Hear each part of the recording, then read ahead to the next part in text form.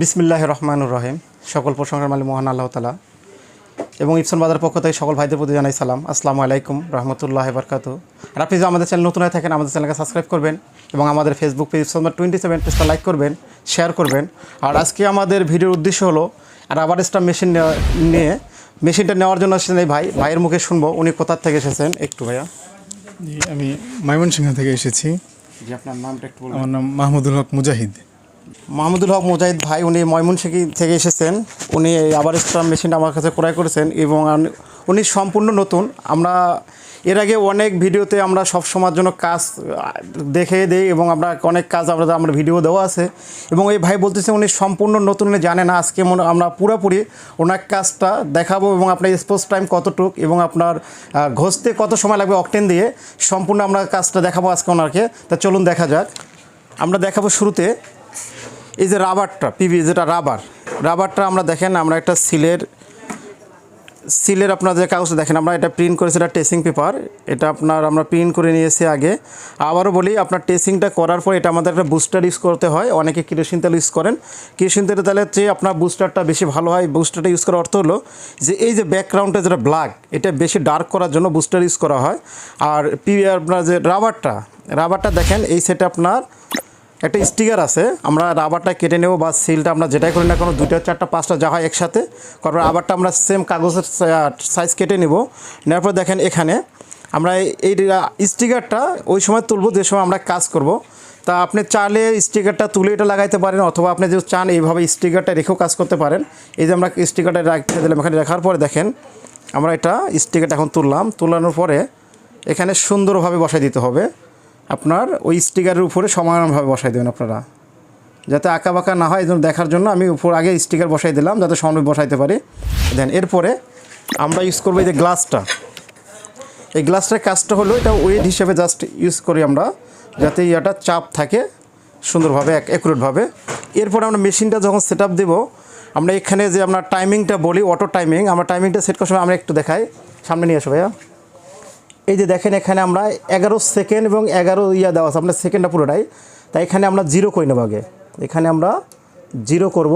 এরপর দেখেন এখানে আমরা 0 করতেছি। এখানে এজ আছে, এখানে হলো 10 সেকেন্ড। আমরা এখানে মিনিট করব। এখানে এজ থাকলে সেকেন্ড হবে, এম থাকলে মিনিট, যদি এইচ থাকে তাহলে ঘন্টা হয়ে যাবে। তো আমরা মিনিট সেট করে নেব। এখানে আমরা মিনিট সেট করলাম। এরপরে আমরা মেশিনটা অন করছি। দেখেন আপনার আমাদের স্পোর্টস টাইম 10 মিনিট।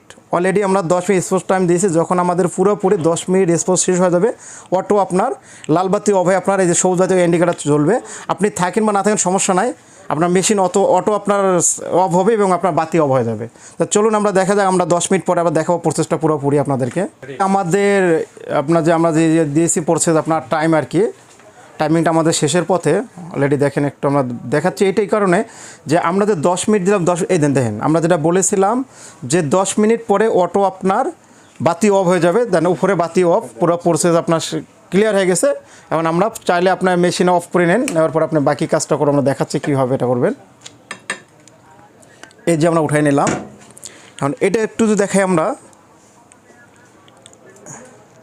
এই দেখেন লেখাটা কিন্তু হালকা বোঝা যাচ্ছে। এটা অকটিন দিয়ে ঘষার পরে আপনার পুরোপুরি বোঝা যাবে, হালকা একটু বোঝা যাচ্ছে। চাইলে আপনি এই কাগজটা যদি দ্বিতীয়বার কোনো সময় লাগে তাদের আপনি আবার ইউজ করতে পারবেন। এই কাগজে কোনো সমস্যা হয় না। জাস্ট এটা আপনার এখানে যখন আপনার প্রসেস শেষ হয়ে যায় আপনি কাগজ রেখে দেবেন না। এখন আমরা অকটিন দিয়ে ঘষে দিয়ে দেখাচ্ছি বাকিটা আপনাদেরকে। আমাদের প্রসেসের আগে যেটা করতে হবে, এই যে এটা বোর্ড সাইড টেপ, আমরা চাইলে এটা কেটে নিয়ে এখানে সিলের পিছু লাগাইতে পারি অথবা প্লেটেও লাগাই নিতে পারি আগে। বোর্ড সাইড টেপ দেওয়ার অর্থ হলো যে আমরা যখন এটা ঘষা দেবো অকটিন দিয়ে, সিলটা এমনি রাখলে চতুর্থ দৌড়াবে। যখন আমরা আঠা দিয়ে আপনার দিলাম আমরা বোর্ড সাইডটা, সব সিলটা একটু বসে থাকবে এক জায়গায়, তখন আমরা চতুর্থ সাইড ডাউন করে সুন্দরভাবে ঘষতে পারবো। দেখেন আমরা এইভাবে। আর একটু যদি দেখে আমরা আবার সবসময় একটা লক্ষ্য রাখবেন, একটু দেখায় যে আপনার এই যে লেখাটা যেন আপনার ইয়াতে না লাগে। সবসময় ব্যাক সাইড যেটা আছে ব্যাক সাইডটা এখানে বসাবেন। লেখার সাইড যেটা আমরা এক্সপোজ করেছি এটা অপর পাশে থাকবে। এই যে এইভাবে আপনার সুন্দর এটা লাগিয়ে নিলাম। এই কারণ যে এখন যদি ডাইবা না দিয়ে আমরা চাপ দিয়ে না দিলে দেখা যায় যে অকটেনটা নিচে গেলে আপনার দেখা যায় আঠার সাইডটা দিতে পারে। এই জন্য একটু চাপ দিলাম চতুর্থ সাইডে। এরপর আমরা অকটেনটা ঢালতেছি। অকটেনটা ঢালবেন এত পরিমাণ যাতে রাবারটা আপনার অকটেনের নিচে থাকে। এই দেখেন এইভাবে, এই দেখেন আমরা অকটেনটা ঢেলে নিলাম।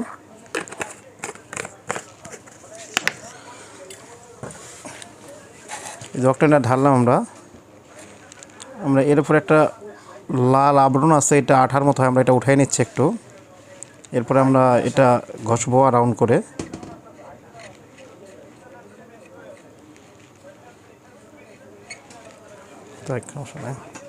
এই যে আমরা যখন ঘষবো আমরা দেখাই আবার এইভাবে আমরা রাউন্ড করে ঘষবো, এটা সমান করে রাউন্ড করে ঘষবো এইভাবে।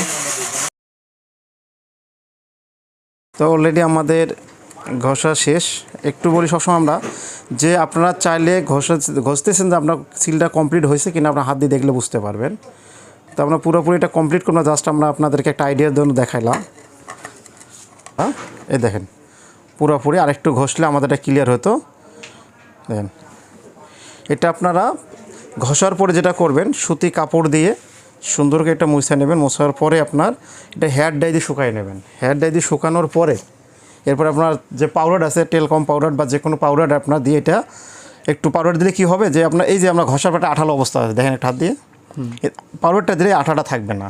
আর আঠাটা যদি আপনার থাকে যায় তাহলে আমরা যখন সিলটা করবো দেখা যায় আপনার রাবারটাতে ঠিকভাবে কালিটা আসবে না। কালিটা না আসলে সিলে ক্লিয়ার হবে না আপনার।